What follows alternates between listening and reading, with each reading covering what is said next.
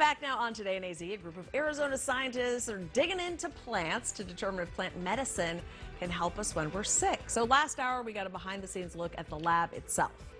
Team 12's Jen Walt joins us again from the Ric Scalzo Institute in Tempe. All right, Jen, how do they test these different plants to make sure they're effective for us?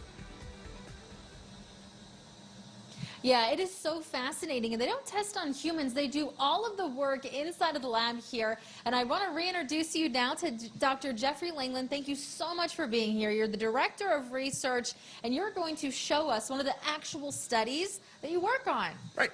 Thank you for joining us this morning.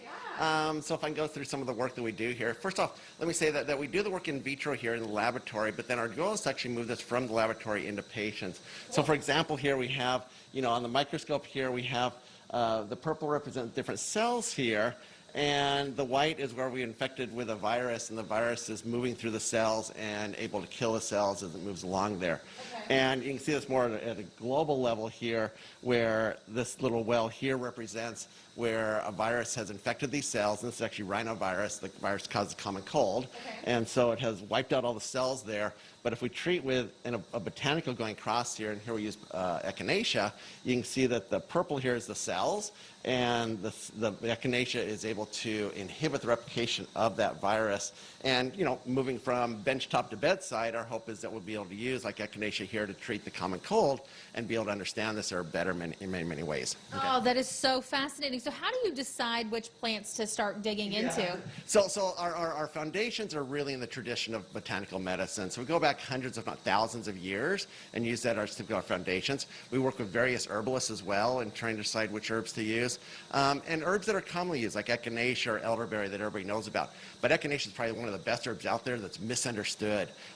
We do a lot of work with that, and literally if you take like the root of echinacea and prepare it one way, it actually enhances the virus replication, but extract it another way and it'll kill the virus. All right, so you got to be really careful with it. Yes, be extremely careful with it, and that's where we need the science behind it to really justify how this works. Got it. Okay, what's this contraption we have right here? So we work with a number of different cell lines here. The cells that we work with, whether they be like cancerous cells, kidney cells, skin cells, depending on what we want to study here.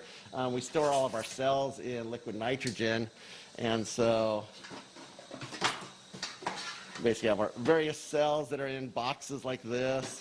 Wow, look at that pouring out of there. I hope you guys can see that back in the studio. That is fascinating. Various cell lines that we can work with here depending on what type of system we want to look at, whether it be if we're looking at the ability of herbs to improve skin health or to be anti-cancerous. Cool. We got a variety of cells that we can work with depending on that condition. Oh, that is wonderful. Okay, and so tonight there's a big research night. Yes. You have a lot of people signed up already, yes. And anybody can tune in.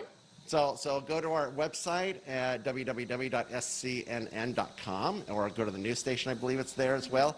And we're talking about various research we're doing. I mentioned echinacea. We got several talks on echinacea and how to really prepare echinacea properly.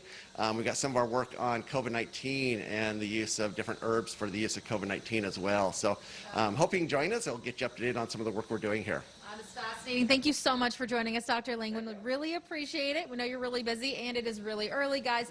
So many things happening here. Rachel, Joe, I know you both have kids. We always try to do as many herbal things as we can at home that the doctors recommend before pumping them up with the antibiotics. And it's just so fascinating to know that, yes, in fact, it works. You saw it right here, depending on what type of herb it is, where you get it, what you're sick with, etc., etc.